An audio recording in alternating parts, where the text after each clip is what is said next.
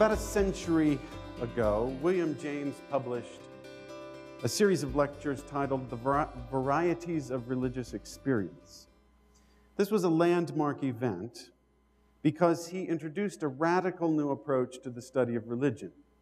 What James said was, if you want to study religion, don't look at the scriptures, dogmas, and other external forms of religion, but look at the actual experience of religious individuals. He wanted to prove, as he said in a letter to a friend, that religion may be absurd in its manifestations, creeds, scriptures, theories, but yet he believed the life of religion as a whole is humanity's most important function. Before James, people failed to make this distinction. Either they accepted religion on its own terms, creeds, scriptures, dogmas, revelation, the whole thing, or they rejected all of that out of hand. James separated what he called the absurd part of religion from the central importance of religion in human experience. He was a group of late 19th century philosophers, Holmes and Dewey among them, who became known as pragmatists. And pragmatists approached thinking about the Bible and religion in a different way. This was a time when Darwinism was eroding faith in the Bible as a scientifically and historically accurate text. The pragmatists helped to hasten that erosion. They championed the belief that certainty lies within individuals and not within things like creeds and scriptures. Instead of bowing to orthodoxy, they championed open-mindedness and tolerance. They evaluated ideas not based on where they came from, but whether they were useful, whether they were able to promote happiness, solve problems, and get things done. James expanded this approach to religion. In his view, a religious belief is true if it makes a positive difference in your life and in the world. If your beliefs cause you to live in a way that makes the world a better place, they're true. If they don't cause that result, then they're false. The ultimate test of a religious belief, in James' view, is what emerges from the lives of people who believe it. Alfred North Whitehead made the same point in a somewhat different way. He points out that believing in religion is not like believing in the facts of arithmetic. People have for ages believed that 2 + 2 = 5. Whenever this belief turns out to be useful, calculating the number of individuals in a household or the number of dots on a die, it's applied without question. Everyone accepts the doctrine of addition, and the truth of 2 + 2 = 4 doesn't depend on who said it or where it came from. But religious belief is a different matter entirely. People have always disagreed about what religion is, or which religious beliefs are valid, or even what it means to say that religion is true. This diversity of opinion has not stopped people from committing themselves to certain beliefs, which is unusual because we usually don't commit ourselves to a certain belief until we're certain that the information is correct. If we don't know what 69 times 67 is, for example, we usually defer any action based on the answer until we know what the answer is. The answer is 4,623, of course. That'll be on the final exam. The difference between believing in arithmetic and believing in religion, Whitehead says, is that we use arithmetic, but we are religious. No one's life has ever been transformed by their faith in the multiplication tables.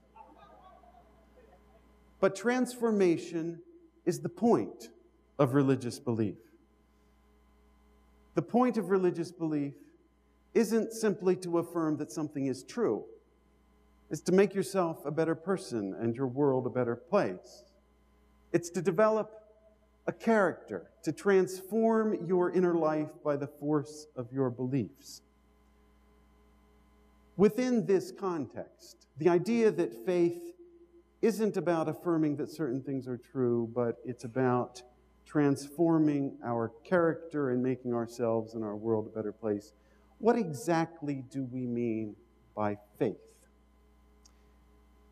Let me set out what the standard view of faith is. That's pretty much the standard idea of faith, that faith is either beyond reason or contrary to reason. And for a lot of biblical literalists, Christians, Jews, Muslims, that's what faith means. It means believing not in the absence of evidence so much as despite the evidence. So if we set aside that kind of belief, because as we discussed yesterday, we don't set aside what we know in order to commit ourselves to a certain belief. We take everything we know into account before we decide what to believe. What does faith mean to us? Let me be candid. Faith is something no one fully understands. It peers into the realm of mystery and transcendence, of meaning and purpose, of value and satisfaction. In the modern world, people of enlightened faith live on the boundary between things we know for certain and things we can never fully comprehend. On this boundary, faith is a commitment to live as if certain things are true, even if we cannot prove them. When we say that all people are created equal, for example, we are not saying that scientists have proven that every human being is equal in some objective sense.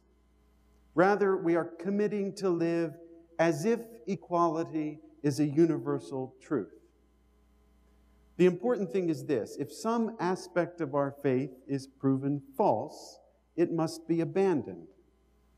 Because faith stands on the boundary between certainty and mystery, it's always at risk of either being dismissed as irrelevant by scientific certitude or being turned demonic by religious orthodoxy. But at its best, faith is a commitment to live as if certain things are true and thereby helping to make them so. As the writer of the book of Hebrews in the Christian New Testament puts it, faith is the substance of things hoped for, the evidence of things not seen. Faith is a commitment to live as if life is a wondrous mystery, as if life is good, as if love is divine, as if we are responsible for the well-being of those around us. Faith is a commitment to live fervently and devoutly, with eyes wide open and mind open to the mystery of life, with heart open to the transcendent and arms open to those around us. Here's the line. Faith is a leap of the moral imagination that connects the world as it is to the world as it might become. As such, faith is not a product of reason or knowledge or evidence or even experience, though each of these plays an important part in faith. Faith looks at what is and imagines what could be. Faith is a leap of the moral imagination. But without something to sustain it, our faith will eventually come crashing to the ground. Our faith needs an external means of support. Stories to restore our courage. Symbols to remind us of our commitment. Daily rituals to renew our resolve. We need a place to go when we're discouraged and songs to sing when we're full of spirit. We need companions to help bear the load. These supports not only help sustain our faith, but they also help recreate it at other times and other places and for other people. In my view, the theological term for the supports that sustain and renew our faith is religion. It is the collection of external forms we use, songs, symbols, stories, rituals, obligations, sacred spaces, to carry our faith along from generation to generation. The meaning of the word religion is usually traced to the Latin verb meaning to bind. Early monastic Christians were called religious because they had taken sacred vows and were bound by solemn orders.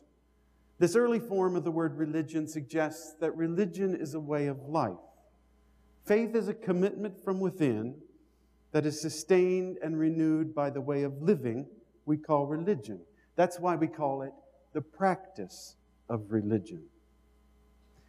So what's the relationship between faith and religion?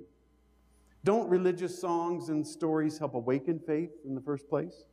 Don't the disciplines of religion help recreate it?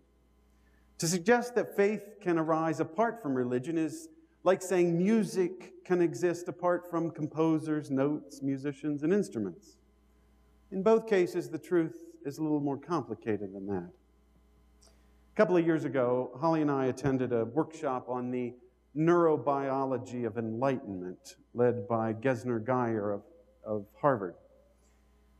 He spoke for those of us who were non-scientists about the inner workings of the human brain, how it develops and how it changes.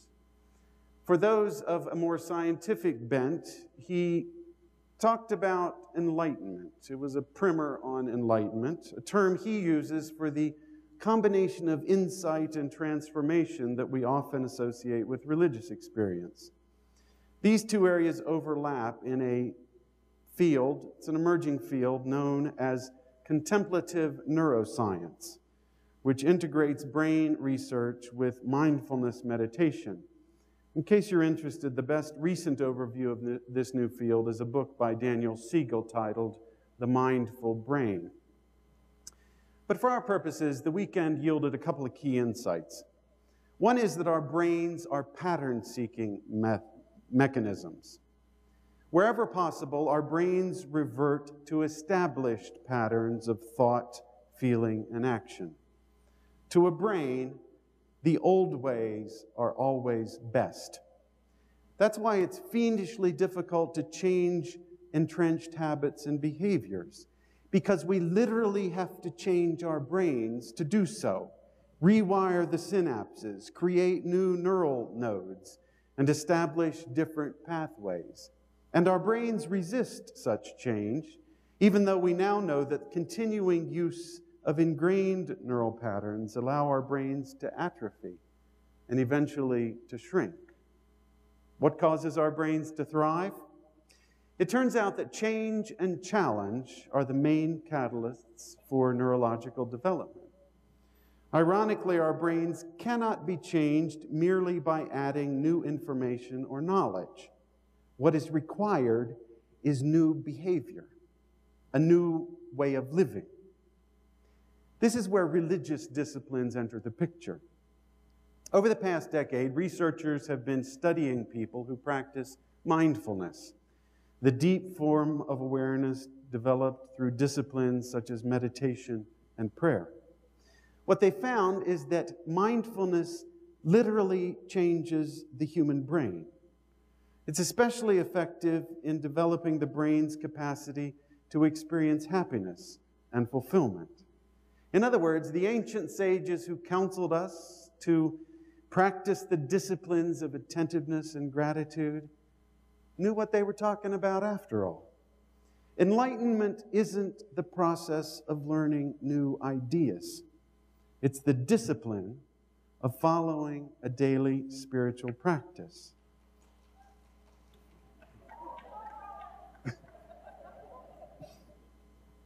I agree.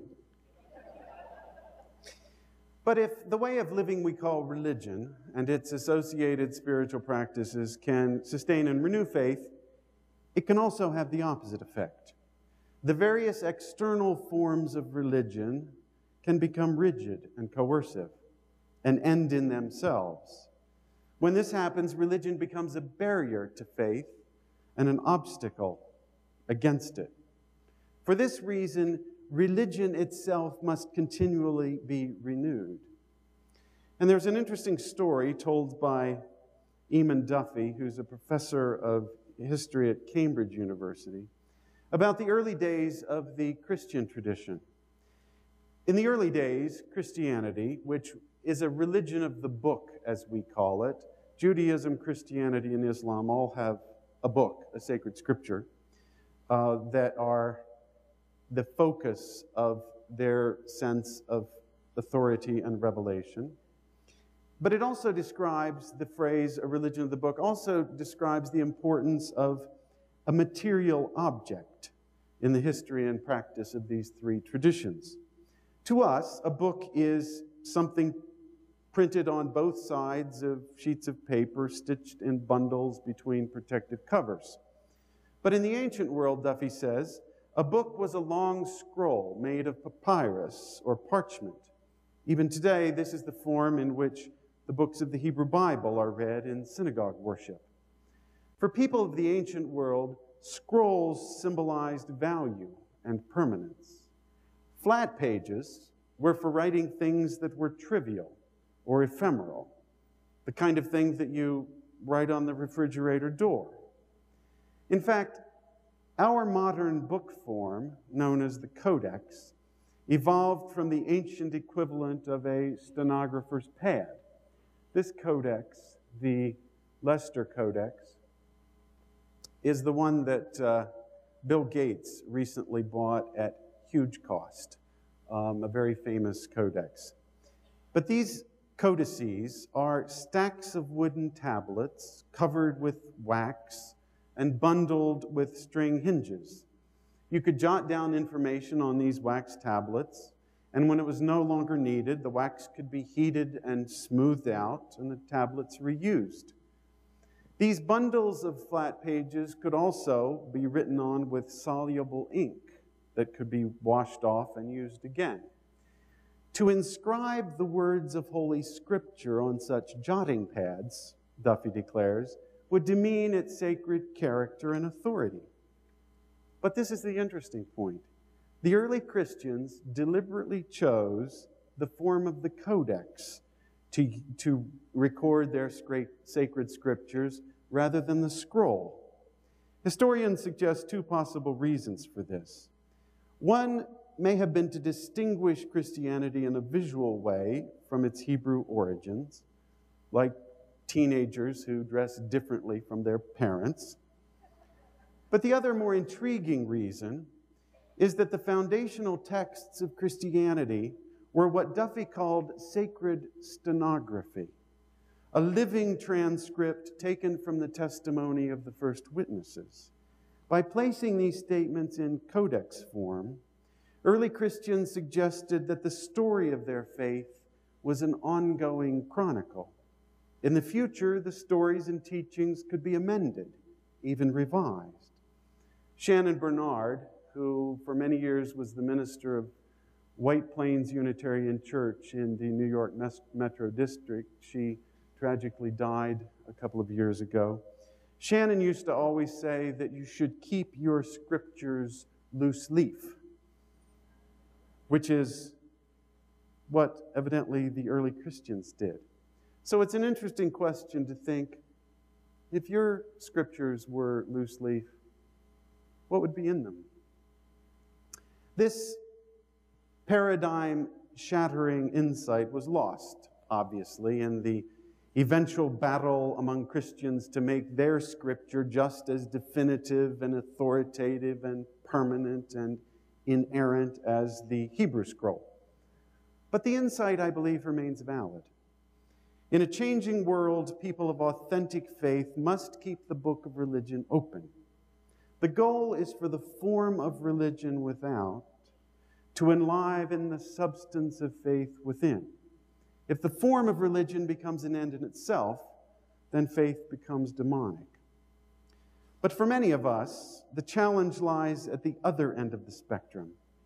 We tend to champion faith, but dismiss religion. In my view, this is one of the reasons why our denomination has yet to fulfill its promise. We don't have designated texts that focus our thinking. We don't have personal spiritual disciplines that unite us in our daily lives. We're short on symbols that give depth to our faith. We feel ambivalent about many of our hymns, perhaps because so many of them are borrowed from someone else. Many of our stories and rituals are borrowed too, and we have yet to claim them fully as our own. Many people have given up on faith, either because they thought it was a dysfunction of the human mind. Freud thought it was a psychological dysfunction, a projection of needs. Karl Marx thought religion is the sigh of the oppressed creature, the heart of a heartless world, just as it is the spirit of a spiritless situation. It is, he said famously, the opium of the people. The abolition of religion as the illusory happiness of the people is required for their real happiness, he said. The demand is to give up the illusion about its condition. The demand to give up the illusion about its condition is the demand to give up a condition which needs illusions. But if we're not oppressed, and we don't need to harbor illusions about our situation, then for Marx, religion becomes unnecessary.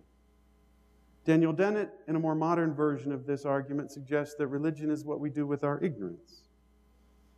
If we only were willing to subject our religious beliefs to scientific scrutiny, Dennett says, we would be able to break the spell that religion has over us. He stops short of saying that people are religious only if they aren't smart and well-educated. But it's clear that his conclusion ultimately runs along those lines. I don't buy those arguments, and my guess is you don't either. I agree that religion has been a hugely divisive and destructive force in human history, but it's also been the opposite, a source of sublime beauty, selfless compassion, and enduring hope. These are difficult virtues to achieve if all you have to work with is neurosis, delusion, and ignorance. Religion doesn't need to be merely a dysfunction of the heart or a dysfunction of the mind or an intuition of the heart. It can be a dynamic incubus of prophetic faith and enduring transformation. Revelation is not sealed.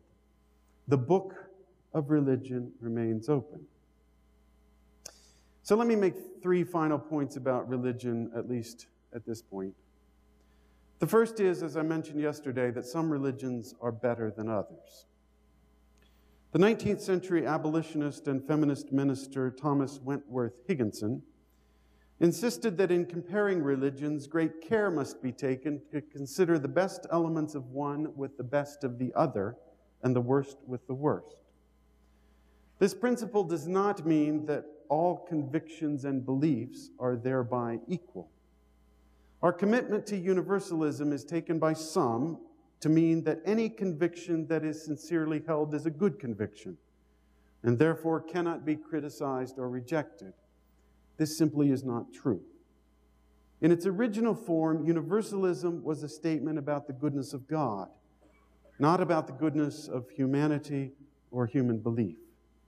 The doctrine of predestination, a central theological feature of the Protestant Reformation, states that before the creation of the world, God condemned some souls to eternal punishment and elected others to eternity in heaven.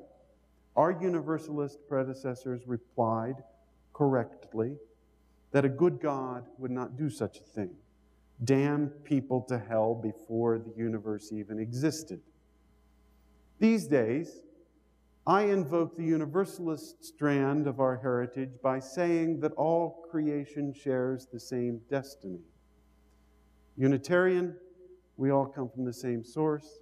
Universalist, we all share the same destiny.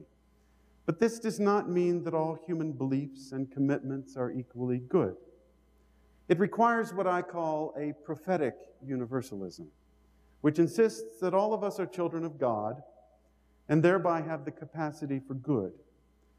But we have also all missed the mark and thereby have all sinned.